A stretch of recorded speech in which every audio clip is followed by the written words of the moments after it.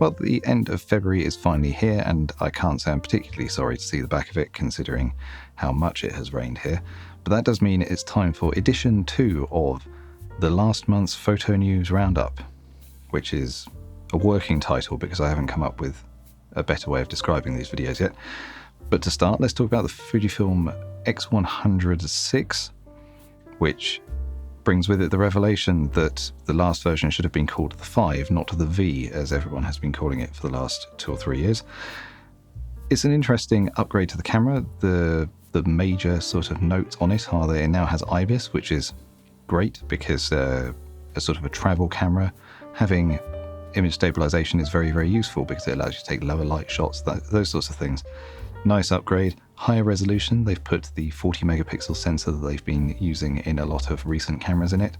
Nice upgrade, especially on a fixed focal length camera because it allows you to crop. And 35mm isn't everyone's favorite focal length. Probably the most interesting upgrade, though, is that it's now manufactured in China, and that isn't something that I generally like to see, going away from a country like Japan to being manufactured in China. But it might be necessary to deal with the demand because the 5, as it turns out it was called, really struggled to keep up with demand. The pre-orders for the 6 are astronomical. They've got so many pre-orders apparently that the additional manufacturing capacity is necessary, and scaling out capacity like that is extremely difficult. It's not something that a company like Fujifilm can do rapidly. They're not going to be able to build out their own factories within a short space of time in order to accommodate what might be a fad. This camera's popularity could die fairly soon. We never really know. And so they're capitalizing on it while they can, and they have upped the price of this new model, which is not a surprise. It has been 4 years since the 5 was released, and the price increase kind of just reflects the sort of economic conditions of the time, I think. So I don't believe that it's been cynically raised in price. I think that the costs associated with making this camera, considering that it's got additional complexity and new components, have gone up as well. So an interesting upgrade. It's an interesting camera if you've not shot with one, with its hybrid viewfinder and things like that. It's quite interesting, and I'd like to play with the new version, and hopefully I'll see it around at some trade shows this year. Now, Sony have released a fairly weird lens in the 24-50 f2.8G. And I say weird because that's a very limited focal range, and they've sort of advertised this as being made for content creators, but 24's too tight really to hold a camera in your hand and film your own face, so presumably they're expecting people to stick it on a tripod. But then there are other cheap options available that can do something similar. The Sigma 24-70 f2.8 is around the same sort of price, so it's a bit of an odd release for me. I think it's generally touted as the cheaper option in Sony's lineup compared to their 24-70 f2.8, which is very expensive, but not really a lens that I'm hugely interested in myself. That seems like quite a limited focal range, and you'd probably be better off just buying 2 primes at that point. Now, Sigma have been slightly more interesting and released 2 wildly different lenses. They've released a 15mm f1.4 Diagonal Fisheye, which is different from I think it's called a spherical fisheye, neither of which I have any real interest in, I must admit. But if you do, please do put your comments down below. I'd be interested in knowing what people use these for. I'm presuming arty and interior sort of architecture shots where accuracy is less important than making something that looks exciting or catching a full angle of something. Some of the photos I've seen come out of it in reviews so far are really interesting, but it's not something I've ever really shot with. Far more interesting to me is the Sigma 500mm f5.6, which is a really interesting telephoto lens. It's following the trend of other manufacturers like Nikon releasing slower aperture, lighter weight telephoto lenses. And on full frame cameras, these are really nice improvements over previous generation lenses because they're allowing people to use full-frame cameras handheld much easier with long telephoto lenses. This one's exceptionally light. It has teleconverter support, but only on L mount. So if you buy it on Sony E mount, unfortunately, it's probably a little bit short for a lot of setups. You'd want a high resolution body with it, really. In terms of the lens design itself, it's got some fairly interesting parts to it. Like, it has a declickable aperture ring at the front of the lens, which is quite a curious addition. That's something that I'd see more useful for video than for photography. But at the same time, from reviews that I've seen, the stabilization seems to be better for photos than for video.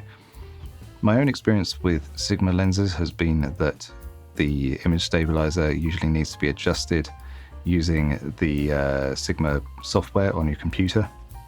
I find that you often need to change how it behaves by default because it's made to be stable rather than to be smooth, if that makes sense. So yeah, I'd like to get my hands on a copy of the 500 5.6 sometime this year, if possible, to try it out. It's a very interesting lens, and I'd particularly like to try it out on the L mount because most reviewers so far haven't really done so, although Jeremy Nape, who's a wildlife photographer, did do that, and I'll put a link to his video up here.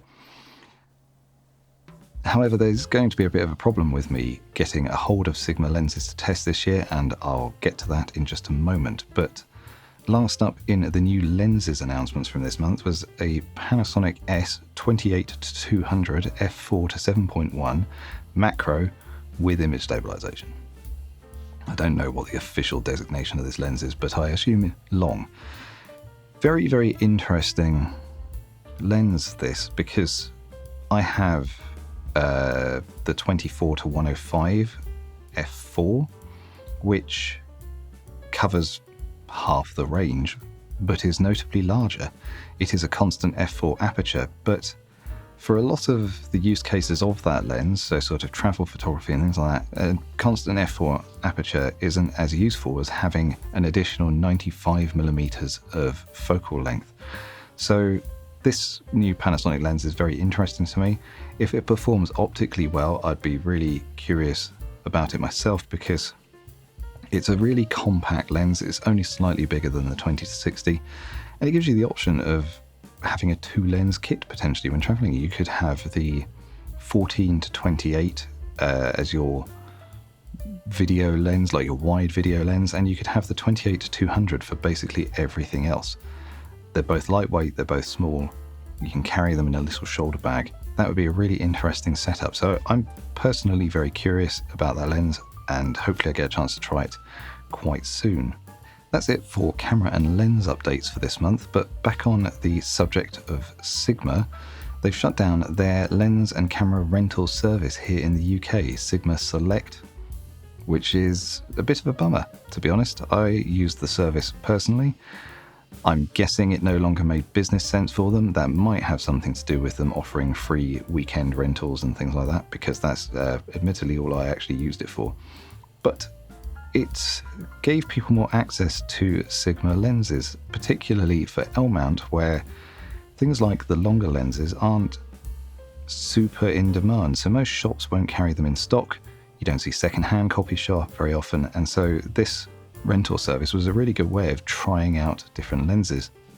And annoyingly, I've been meaning to borrow the 60-600 for a while to test it on the S5 2X and to see what that lens was like, but too late, is shut down, sadly. Bit of a loss for us here in the UK. I don't know the state of these programs in other countries. If you do and you've got one in your country, put it down in the comments. I'd be interested in knowing whether it's just a UK specific thing. Maybe all their lenses were getting broken due to water damage or something like that. Lastly, let's have a quick look at some software and firmware updates. First off, Adobe have added support for the Z8's pixel shift feature to Lightroom. Very interesting. I presume it uses the same sort of merging system as the HDR and panorama mergers. I don't have access to a camera that has this at the moment, or at least the ones that are supported by Lightroom. If you have a Z8 and you've got that firmware update, have a go and let me know how you get on. I presume it also works with the ZF, but I haven't checked or tried that either. However, it's a nice update and it saves you having to use a separate piece of software to do those high resolution merges. And considering that the Nikon cameras don't currently do it in camera, that's the next best thing. Having it directly supported in Lightroom is a nice update. Now, in terms of firmware updates, there's been a few interesting ones. I already did a video earlier this month about the Z8 firmware version 2, although I don't have it myself, but you can just hear me waffle about it, I guess. Panasonic have released a bunch of lens firmware updates to add compatibility for the G9II. Those will be well worth installing if you have any of the lenses that those updates affect. And lastly, Fujifilm have announced a bunch of new firmware updates for all of their more recent cameras. However, these won't be releasing for months yet, sadly, so some of them will be coming in the spring and some of them will be later in the year, apparently. But they include such great hits as a red frame indicator for video on the X-H2S and the X-H2. It's very exciting. But more exciting is that they're bringing the Reala Ace film simulation to their other cameras. This is something that launched with the GFX 100II. It is apparently on the new X100VI, and they're bringing it to the X-H2S, the X-H2, the X-T5 and the XS20, which is very exciting. It's a nice film simulation and it gives very nice JPEGs from what I've seen by default, so that's a nice update. And finally, they're bringing a bunch of autofocus improvements to a variety of cameras, including improved tracking performance, better object tracking in electronic shutter mode, and a touch to track feature for video, which are all very nice updates. I really like seeing Fujifilm putting out autofocus updates as firmware. It's nice to see that they still have some headroom in terms of camera capabilities for improving things like their autofocus in their current range of cameras. I like seeing firmware updates for those sorts of things. It means that there are optimizations to be made without having to release new hardware in order to make those improvements. So very nice to see, and I hope we get those updates quite soon. And that's it for the February 2024 edition of Photo Gear that was announced, or something happened to it this month that I'm kind of interested in. It's another working title. If you think I've missed anything, please do put it down in the comments below and tell me what a glaring omission it was. Thank you very much for watching. I'll see you next time.